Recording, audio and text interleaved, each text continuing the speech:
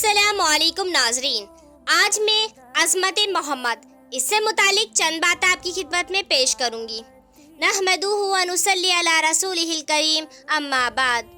क्या आपको मालूम है कि हमको खुदा ताला ने सारे इंसानों से अफजल क्यों बनाए हैं, अशरफुल मखलूकात का लक़ब क्यों दिया है, हज़ारों ख़ताओं और हज़ारों गुनाह के बावजूद भी क्यों हमसे अजाब रोके हुए हैं, वरना हद्दे गुनाह तो इतनी है कि आसमान गिर पड़े, ज़मीन हमें खा ले, ज़लज़ला हमें अपने अंदर समो ले, अज़ाब खुदा नाजिल हो जाए, पत्थर बरसने लगे, आग भड़क उठे, गुनाहों की आवाज़, ये सब कुछ हो सकता है, मगर हम बचे हुए हैं तो फ़कत मोहम्मद अरबी की शफ़ात की वजह से।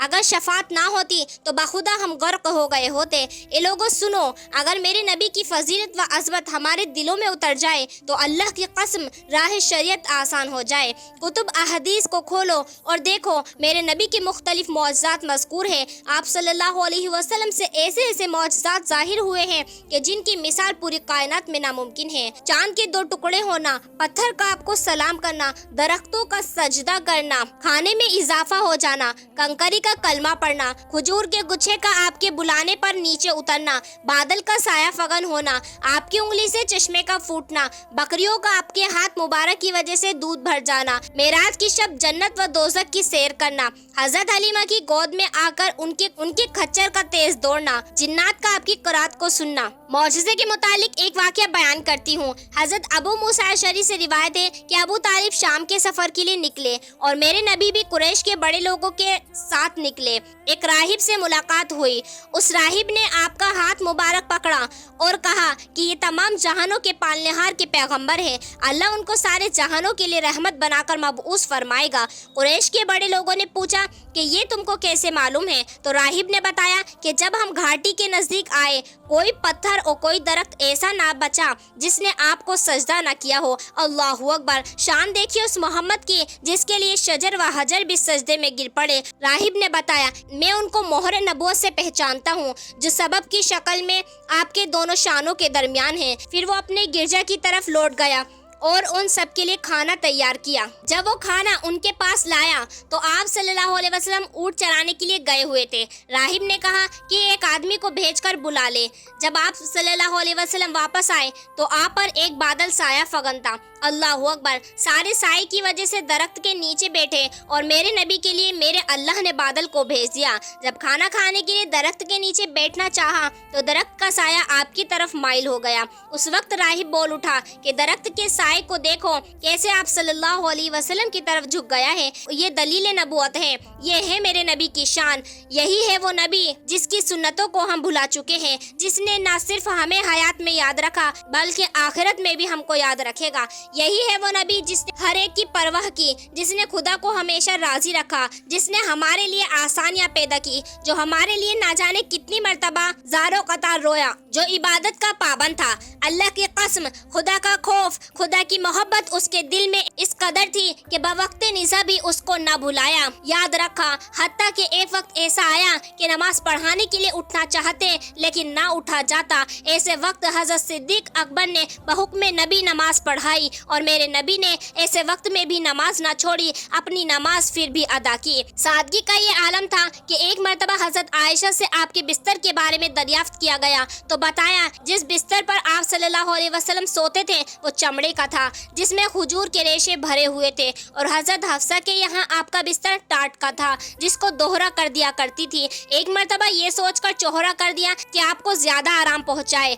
आप सो गए और जब सुबह की तो फरमाया कि रात मेरे लिए क्या बिछाया? हफ्सा कहती है कि बिस्तर तो वही था मगर मैंने उसको चौहरा कर दिया था ये सोचकर कि आपको ज्यादा आराम देगा। आपने फरमाया मेरे बिस्तर को उसकी पहली हालत पर कर दो क्योंकि उसकी नरमी ने मुझे नमाज से रोका। अल्लाहु अकबर। नमाज की ऐसी लगन उम्मत मोहम्मद के परवानों सुनो, अगर तुमने मेरे नबी की अजमत को, मेरे नबी के आला मर्तबे को अगर कल्ब पर नफ्स कर लिया होता, मेरे नबी की तड़प उम्मत को महसूस कर लिया होता, अल्लाह की कसम मस्जिदों के दरवाजों से न उठते, गाना सुनने की लगन छोड़कर मेरे नबी के फरमान सुना करते, अपने बच्चों को कॉलेजों में भेजने के बजाय मदरसे में दाखिला दिलाते, हयात मोहम्मदी को पहचानते तो गुमराह ना होते। मेरे नबी अफजल हैं, खातिमुल अंबिया हैं, اب انبیاء کا سلسلہ ختم، وحی کا سلسلہ ختم، اب کوئی نبی نہیں آئے گا، ہم افضل عمل کریں گے اس بنا پر کہ ہم افضل نبی کی امت ہیں۔ خاتم الانبیاء نے فرمایا کہ میری مثال اس شخص کسی ہے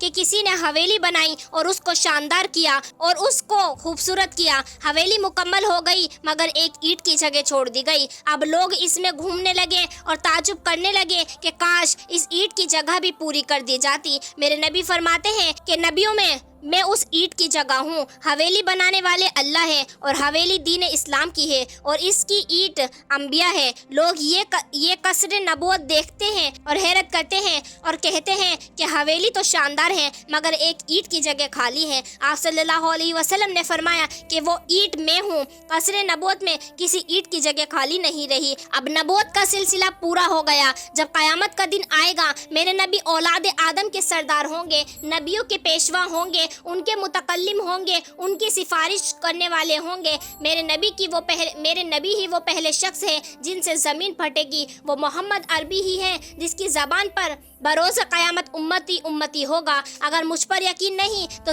میری زبان پر یقین نہیں، میرے الفاظ پر یقین نہیں تو بخاری شریف اٹھاؤ، مشکات شریف اٹھاؤ، کتب احادیث کو کھولو اور پڑھو میرے نبی کی سیرت کے بارے میں، میرے نبی کی حیات کے بارے میں، میرے نبی کے اخلاق کے بارے میں، میرے نبی کے معجزات کے بارے میں، میرے نبی کی حیا کے بارے میں، میرے نبی کی شان کے بارے میں۔ اگر آپ کے دلوں میں محبت نبی کی آتش جل رہی ہے تو اللہ والوں سے نبی والوں سے تعلق جوڑو۔ اللہ کی قسم میرے نبی کا ایک ایک فرمان سچا ہے جو جھوٹا نہیں ہو سکتا۔ ہاں یہ آسمان پھٹ سکتا ہے، یہ زمین ریزہ ریزہ ہو سکتی ہے، یہ سمندر خشک ہو سکتا ہے، یہ ہوائیں رک سکتی ہے، یہ سانس چھوٹی ہو سکتی ہے اور تم اور میں، یہ سائنس جھوٹی ہو سکتی ہے، تم اور میں جھوٹے ہو سکتے ہیں، تیرا میرا باپ جھوٹا ہو سکتا ہے، صدر اور متوکل جھوٹا ہو سکتا ہے، لیکن اللہ کی قسم میرے نبی کی بات، میرے نبی کا فرمان جھوٹا نہیں ہو سکتا۔